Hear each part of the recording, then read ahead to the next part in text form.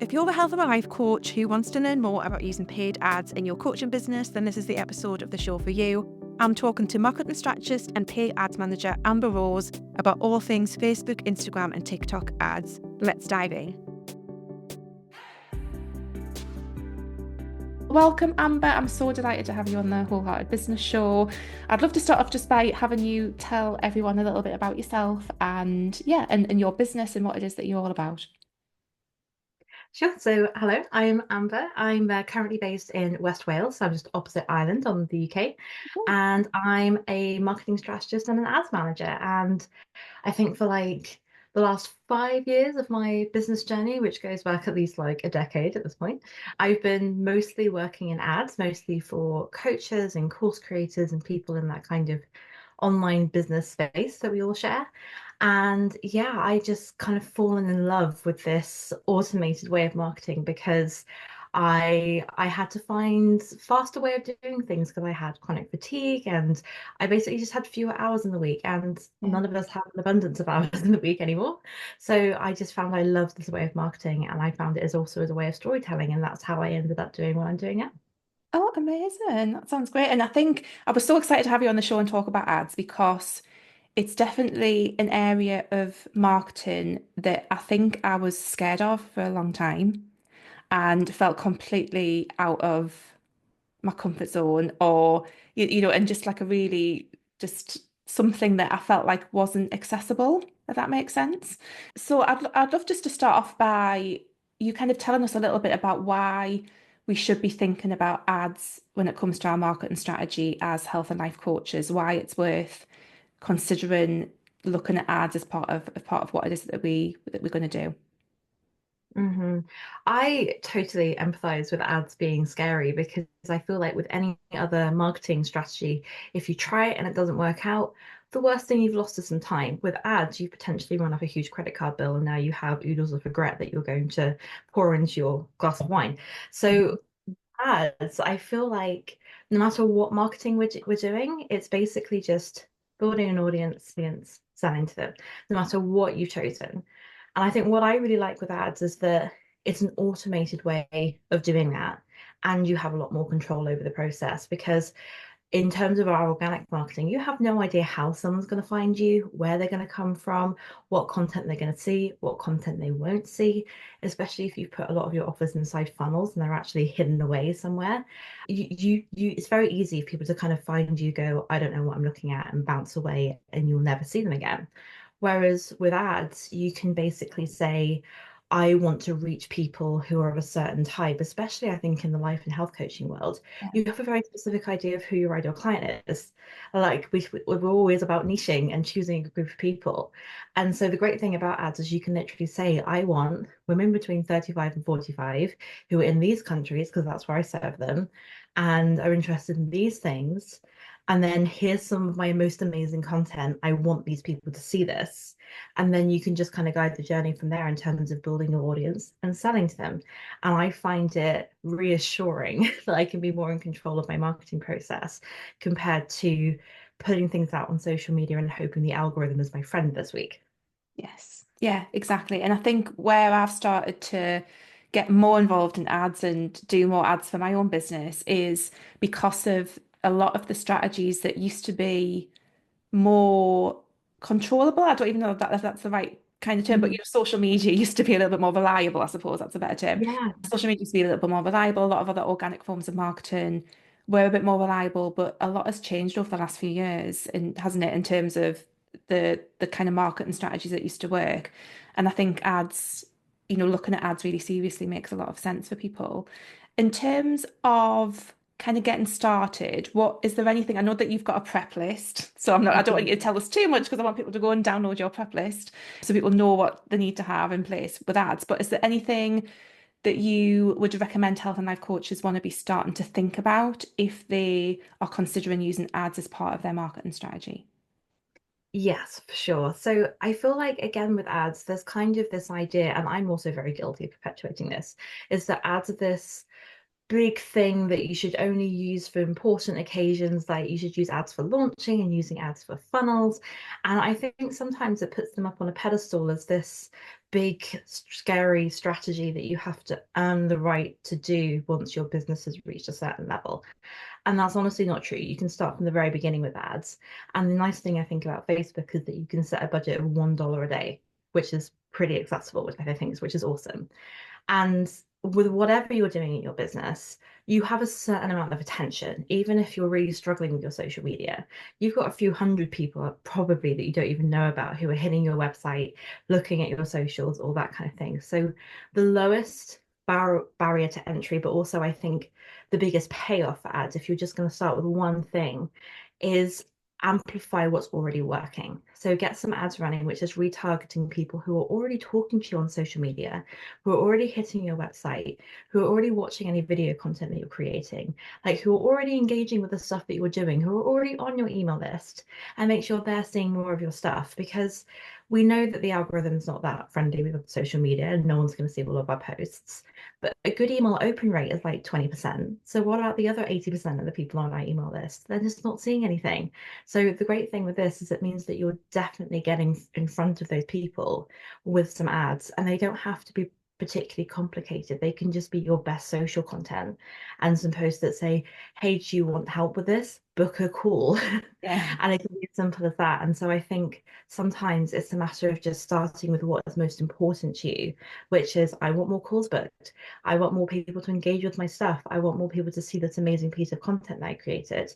And then worry about the funnels and the freebies and the launches and the flash sales and all that kind of stuff later when you're in a place where you can easily see how ads is going to help you with that. Because it will be very, very clear once you get to that point, you'll be like, right, I want some ads behind this webinar or behind this free thing because you already have it. So if you're not in a place where you go, oh yeah, I can see how I can use ads, don't worry about all of that. Come back to it later. Just focus on what's actually going to be helpful for you right now. Yeah, that's really, really good advice. Absolutely. And yeah, I think like you do kind of get 10 steps ahead and feel like you have to be doing a big launch, exactly as you said. And I was going to ask a little bit about the budget that you might need to think about in terms of getting started. I mean, you said there that you can start for as little as $1 a day. Is there, and I'm assuming that budget depends on kind of your goals, but have you got any thoughts around where people might want to think about how they might budget for ads in different scenarios? Does that make sense? Yeah, it does. I mean, ads are kind of like a pay-to-play situation where you're paying for attention, and you'll often hear them referred to as pay per click, which is completely a lie because you're paying for them whether people click on your stuff or not. You're paying for the visibility of the thing that you're putting out there. And so I think it depends on how much visibility you need, and that will adjust your budget. So if you're retargeting people who have visited your website but not converted into booking a sales call, you need a tiny amount of visibility. You need to reach maybe 500 people a month. That's like $1 a day, $5 a day max kind of situation. If you are running ads to a live webinar and you want 100 people to sign up, and you know that like 20% of people who hit your landing page are going to actually sign up, you need like 1,000 people, which then might be 1,000 clicks on your ad, which then might be $1,000 to $2,000 in ad spend. So it depends on how much attention you need. And of course, the bigger you're doing and the more people you need, the higher your ad spend is going to be. Yeah, that's a really, really helpful way to explain it. Thank you. It's really, really useful, yeah, to think about in terms of attention. And I think that's something I haven't heard ads described in that way, because often you're thinking immediately about the results in terms of like the clicks or the email list subscribers or the sales, but actually thinking of it in terms of like this range of attention that you can get through paid ads, I think is a really useful way of looking at it. And then when it comes to platforms to run ads on, I know there's obviously various different platforms that you can run ads on. As your expertise kind of Facebook and Instagram. I think, did you do something around TikTok ads as well? Did I see I that do. come through in my inbox? Basically, I love running ads to most places. I don't love LinkedIn. I find LinkedIn boring as a person, so I struggle. I struggle with LinkedIn, and I'm a social ads person rather than like a search engine ads Yeah, person. So talk to yeah, someone else about Google Ads. I, yeah. I don't care. But in terms of the social platforms, Yeah, yeah, Pinterest is great. TikTok is great, Facebook and Instagram are great. They all have their own uses and they're all good for different things. So for Pinterest, it's like aesthetically pleasing, pin-worthy type stuff. So you've got to make sure you're putting content on there, which is the kind of thing that people will go on Pinterest looking for. Yeah. So if you are a health coach and you've got a load of content about, meal plans or anything like that, that would belong really well on Pinterest. That would work really well. And then the same for TikTok in terms of that has its own content style. That is like juicy, interesting short form videos. So if you like creating those, go and get yourself on TikTok. But TikTok has a minimum spend of $20 a day, which Ah, stacks okay. up a lot faster. Yeah. So TikTok's the kind of thing where I say you should probably graduate to that once you've got things working on Facebook and Instagram and then go there, unless you're already like a TikTok fanatic and you've got the money to spend and you're happy to dive in. But Yeah. I think the costs are really great on TikTok in terms of how much it's going to cost you to get your attention because there's fewer advertisers on TikTok. It's like what a very open playing field compared to Facebook and Instagram, which is very busy. So it's a really nice place to be, but you have to want to do video content and you've got to have a bit more money to spend. Yeah. Yeah. Oh, really interesting. Yeah. And in terms of, because I mean, when I've looked at ads for myself, it's generally been list building ads. But I know you Mm. talked about there about it being about attention and about the various different ways you can use it. Is the like I'm assuming that you use it in lots of different ways. Is there any particular strategies that tend to be working well for people? Does it depend on what your goals are? How would people kind of assess what the right thing to work with ads on is? So back to that whole idea of like marketing is just building an audience, selling to them. You want to use ads to complement what you're already enjoying doing in your business. And the thing I say about list building is that it's an awesome thing to do with ads if you are working your email marketing strategy. If you're not emailing your list and you haven't emailed them since March, don't be building your email list with ads. Like you're basically sending people to a house you don't live in. Like, don't do that. So wherever you usually like hanging out with your audience, even if that's the Facebook group, if that's on Instagram, build your audience there. Because yes, there's a big conversation about build your audience where you own it, and Yeah. we own our email list in a way that we don't on Facebook or Instagram. But again, you've got to send people to where they're actually engaging with you and where you're showing up. So I would say again, look at what you're already doing and see how ads complement that rather than trying to make ads a whole unique strategy and a whole different thing and feel like it's got to be some big brand new shiny sexy thing. It doesn't. It's meant to be there to help you with what you're already doing. So if you're already doing awesome email marketing, yes, use ads to build your list because that's where you're showing up, that's your audience, that's where you're selling. But if Yeah. you're somewhere else, put them somewhere else because you can run ads to build a Facebook group. You can run ads to get more followers on Instagram. You can even run ads to get people to DM you something. Yeah. So there's loads of fun ways of using ads to kind of get people in the door wherever it is you want people to come in. Yeah.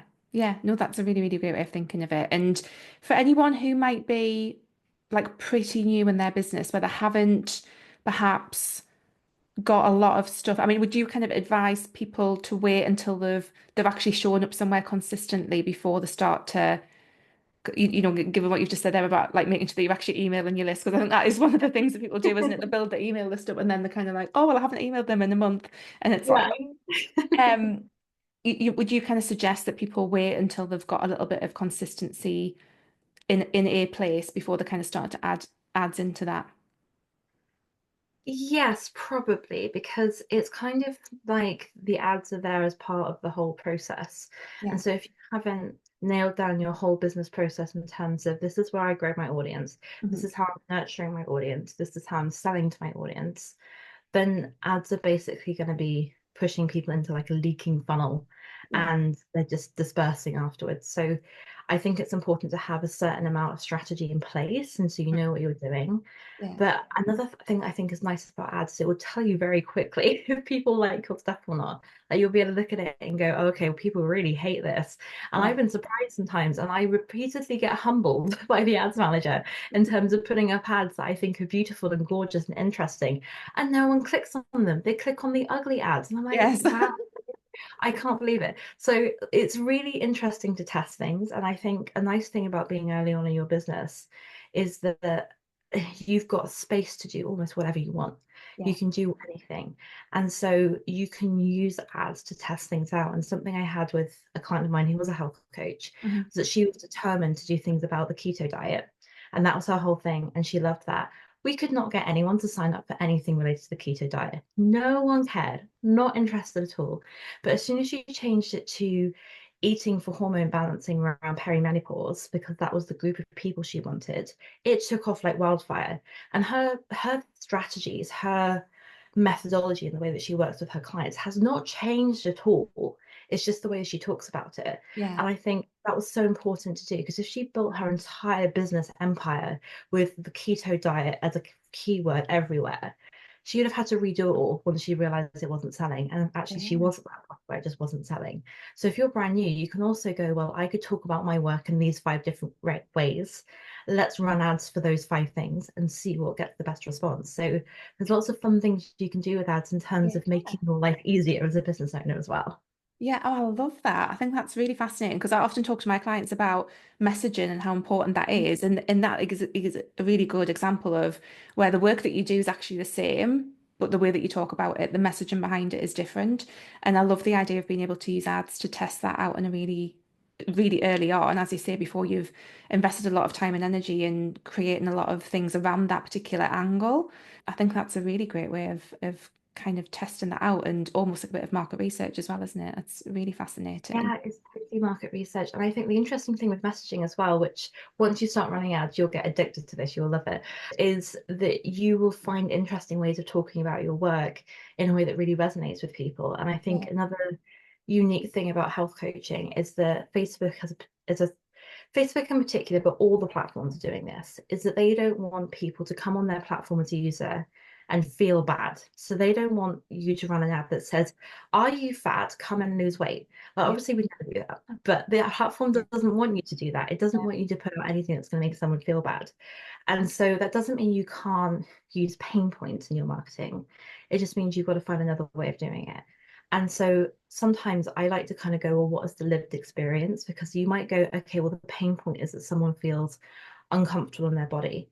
The Hmm. lived experience is, are you tired of abandoning your clothes in the changing room because you can't bear to go back and get the next size up? Yeah.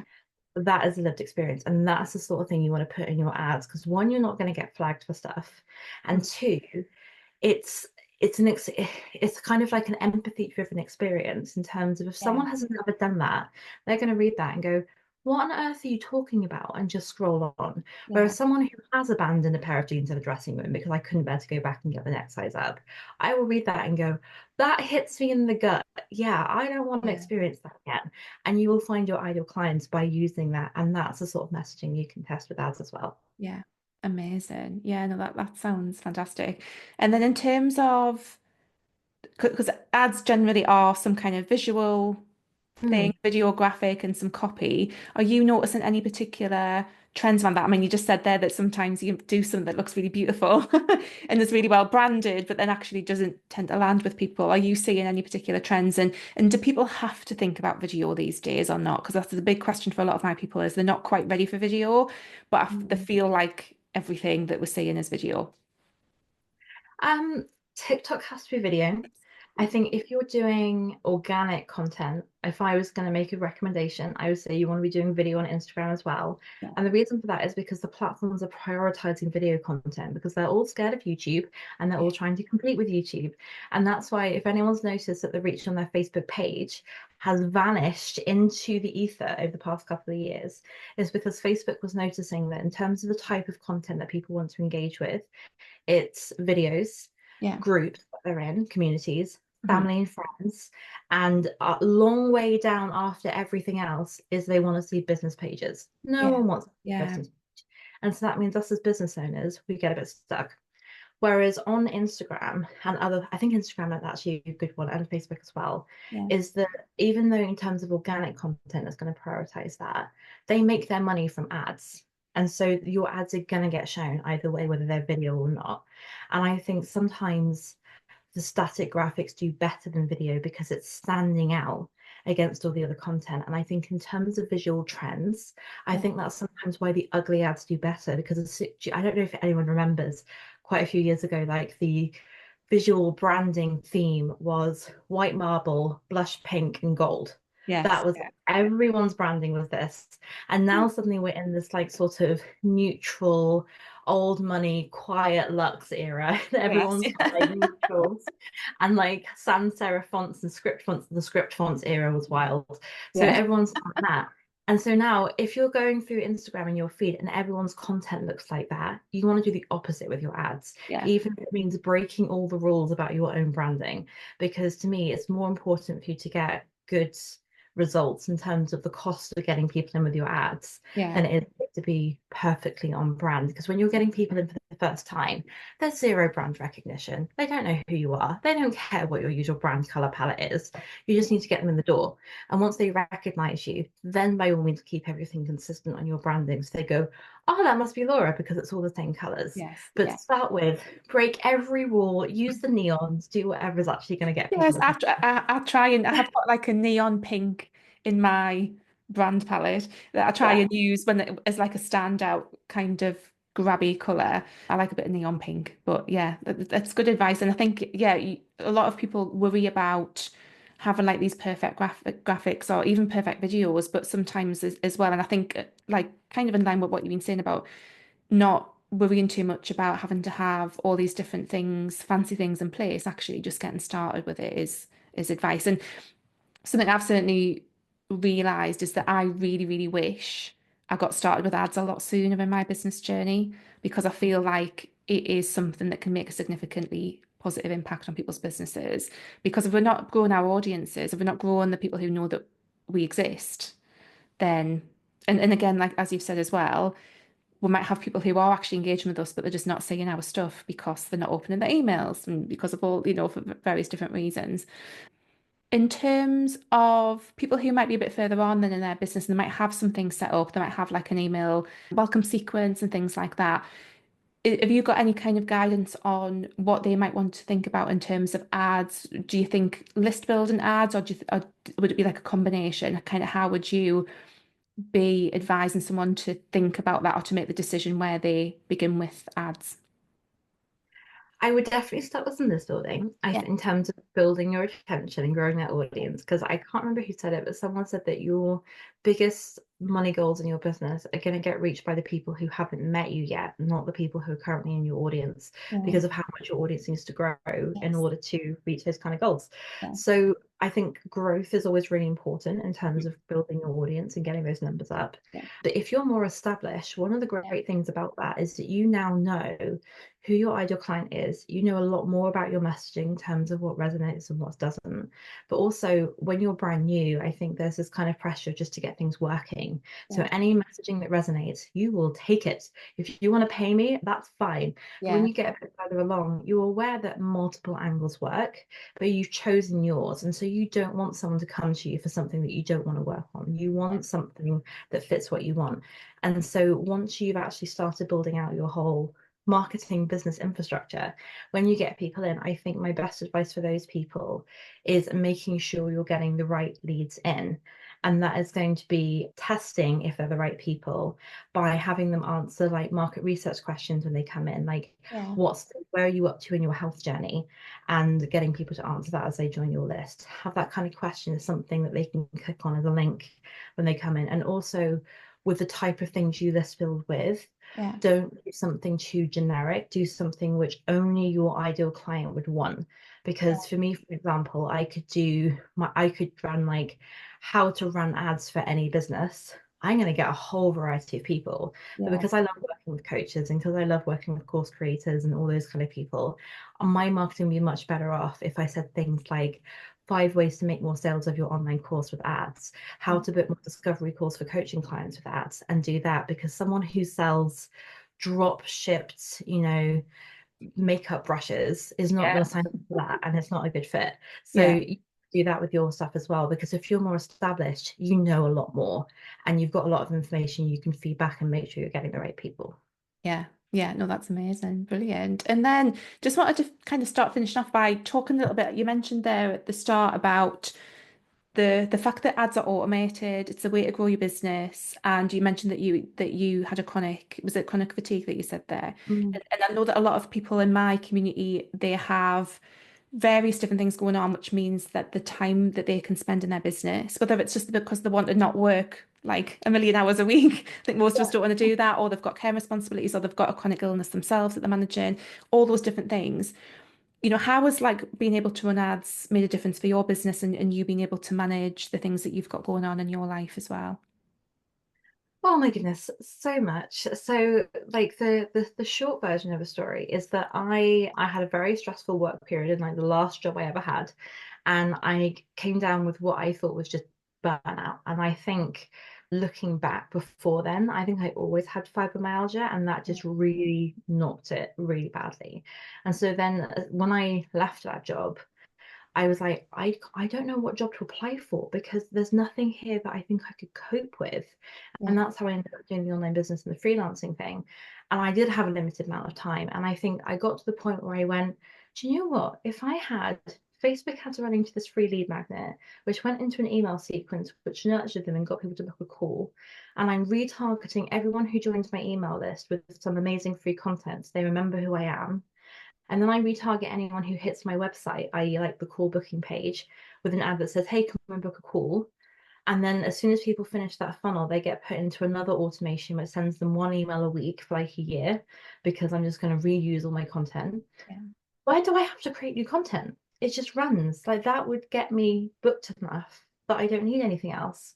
Yeah. And so I got to the point where I haven't updated my Facebook page really in a long time. It's there as a business card. It's not Yeah. really a source of content. And Yeah. the same thing with my Instagram. I'm turning it into one of those pretty static 9 grids. Yes, And nine grid. Yes, I had one of those. yeah, I love them. And I've got a lovely person who works with me, and she's like doing more reels and all those kind of things because I don't have the time, but she's Yeah. doing a great job and she's going to start doing those.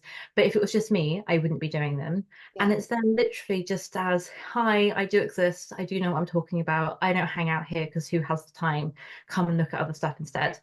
And literally, you can kind of look through and go, everything that you're doing on a recurring basis every week probably could be automated if we accept the theory that the majority of your buyers are going to buy within the first 60 days of having met you. Yeah. And so if you made sure you've automated the first 60 days of your client experience, you can kind of give up after that.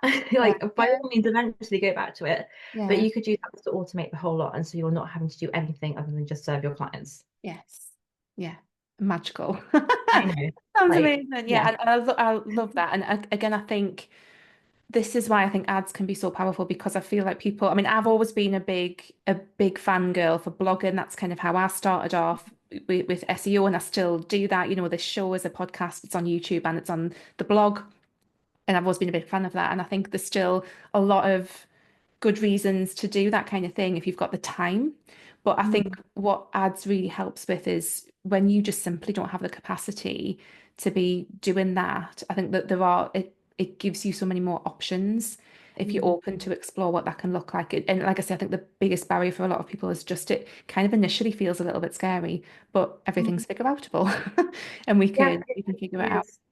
It Yeah. is. And I think business in general is just a series of identifying and solving problems. Yeah. Like Yeah. you notice something's wrong, you fix it. You notice something's not quite right, you fix it. You suddenly realize you don't have an email welcome sequence, you fix that. And it's just continually improving. And it's exactly the same thing with ads. Like I don't think I have ever launched an ad campaign that has worked perfectly Yeah. from day one. It's always a matter of me putting up a few different options, seeing what resonates, taking that as a lesson, doubling down on that, and Yeah. then doing thing. And even if you do have a winning ad, Facebook likes new content. It likes things to be fresh and interesting. So if you've ever heard of the phrase creative fatigue running around on the internet, that's just what that is. And that means that you kind of have to put new stuff up every so often.